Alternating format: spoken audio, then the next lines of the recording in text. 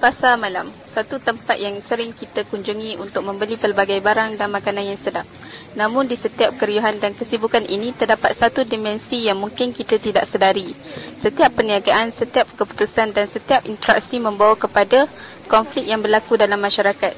Teori konflik membantu kita untuk memahami bagaimana perbezaan kepentingan dan matlamat antara pelbagai pihak boleh mencipta ketegangan dalam kehidupan seharian kita. Mari kita lihat bagaimana teori konflik diterapkan dalam konteks pasar malam. Apa itu teori konflik? Teori konflik adalah sebuah konsep dalam sosiologi yang melihat masyarakat sebagai sebuah tempat yang penuh dengan ketegangan antara golongan yang mempunyai kepentingan berbeza. Dalam konteks pasar malam, konflik ini boleh berlaku antara peniaga, pengunjung, pihak berkuasa dan komuniti sekitar. Masing-masing ada matlamat dan kepentingan yang sering bertentangan. Pertama, mari kita lihat hubungan antara peniaga dan pihak berkuasa tempatan. Peniaga ingin beroperasi bebas dan mencari keuntungan. Namun, pihak berkuasa tempatan perlu memastikan peraturan diikuti untuk menjaga keselamatan dan kebersihan. Peniaga mungkin merasakan peraturan yang ketat menghalang mereka, tetapi pihak berkuasa percaya peraturan itu penting untuk kestabilan dan ketertiban pasar malam. Yang kedua, konflik juga berlaku antara peniaga tradisional dan peniaga baru. Peniaga lama sudah biasa dengan pasaran, punya pelanggan tetap dan pengalaman yang menguntungkan. Tetapi peniaga baru datang dengan harapan untuk merebut ruang yang ada. Peniaga lama mungkin merasa terancam dan inilah yang mencipta ketegangan antara mereka. Yang ketiga, konflik antara pengunjung dan peniaga.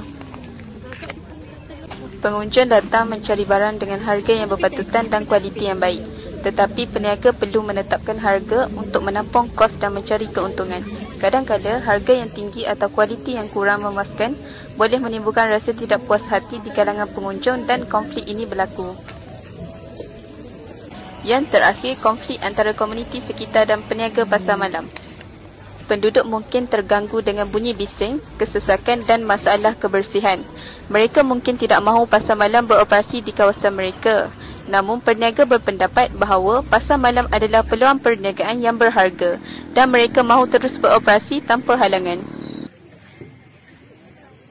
Sebagai kesimpulan, teori konflik memberikan kita pandangan yang mendalam tentang bagaimana ketegangan berlaku dalam masyarakat, termasuk dalam konteks pasar malam. Konflik antara peniaga, pihak berkuasa, pengunjung dan komuniti adalah sebahagian daripada dinamika sosial yang wujud akibat perbezaan kepentingan dan tujuan. Namun, penting untuk diingat bahawa konflik ini bukanlah sesuatu yang negatif, tetapi lebih kepada satu proses yang membawa kepada perubahan dan penyesuaian. Melalui ketegangan ini, kita melihat bagaimana setiap pihak berusaha mencari keseimbangan, menyesuaikan diri dengan peraturan dan memenuhi keperluan masing-masing. Pasar malam dengan segala kemeriahan dan konflik yang tersembunyi di dalamnya mengingatkan kita bahawa kehidupan ini penuh dengan perbezaan dan kepentingan. Tetapi di sebalik semua itu, kita belajar bahawa konflik bukanlah halangan, malah ia adalah pendorong untuk perubahan yang lebih baik. Sebelum kita tamatkan penerangan ini, mari kita tutup dengan sebuah pantun. Bunga melor di tepi taman, harum baunya sampai keluar. Semoga teori ini memberi pemahaman tentang konflik yang mencipta kemajuan yang jelas dan terang. Terima kasih kerana mendengar. Sampai jumpa lagi dalam penerangan yang lebih menarik.